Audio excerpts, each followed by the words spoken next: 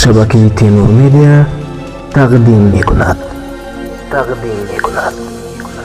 дар даври дуюми музокирот ҳайатҳои Русия ва Украина тавонистанд ба тасмимҳои мушаххас бирасанд. Москва ва Киев дар мавриди таъмини муштараки долонҳои башардӯстона барои кӯчонидани шаҳрвандон, интиқоли ғизо ва дору ба тавофуқ расиданд. дар ин бора мушовири раиси дастгоҳи президенти Украина дар пайи натоиҷи даври дуввуми музокироти ҳайатҳои ду кишвар изҳор дошт.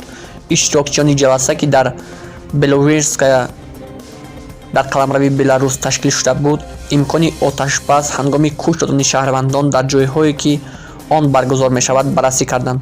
зимнан ёвари президенти Русия Владимир Мединский натоиҷи даври дуввуми музокиротро нақл кард. ба гуфтаи ӯ ҷонибҳо се масъаларо баррасӣ карданд: якум ҳарбӣ, дуюм гуманитарии байналмилалӣ ва саввум ҳалли ояндаи сиёсии низоъ. Мединский ҳамчунин ба даст овардани созиш дар бораи долонҳои башардӯстонаро пешрафти қобили мулоҳиза номид. Леонид Слуцкий, раиси Кумитаи байналмилалии Думаи давлатӣ, ки дар ин нишаст ширкат дошт, таъкид кард, ки созишномаҳо бо Украина шояд талошҳои парлумон аз ҷумла тасвиби онро тақозо кунанд.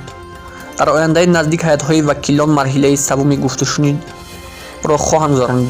ёдовар мешавем, ки марҳилаи аввали музокироти Русия ва Украина дар вилояти Гоменси, Беларус рӯзи 28 феврал сурат гирифта буд. тақрибан 5 соат идома кард. тарафҳо ҳанӯз ба як қарори конкрет омада натавонистанд, вале баъзе нуқтаҳои алоқа ва масъалаеро муайян карданд, ки муҳокимаи минбаъдаро талаб мекунанд. ҳайати Русияро ёвари президенти Русия Владимир Мединский роҳбарӣ мекард. дар он ҳамчунин муовини вазири корҳои хориҷӣ Андрей Руденко, сафир дар Беларусия Борис Глизов, раиси Кумитаи байналмилалии Думаи давлатӣ Леонид Слуцкий ва муовини вазири дифоъ Александр Фомин низ ҳузур доштанд.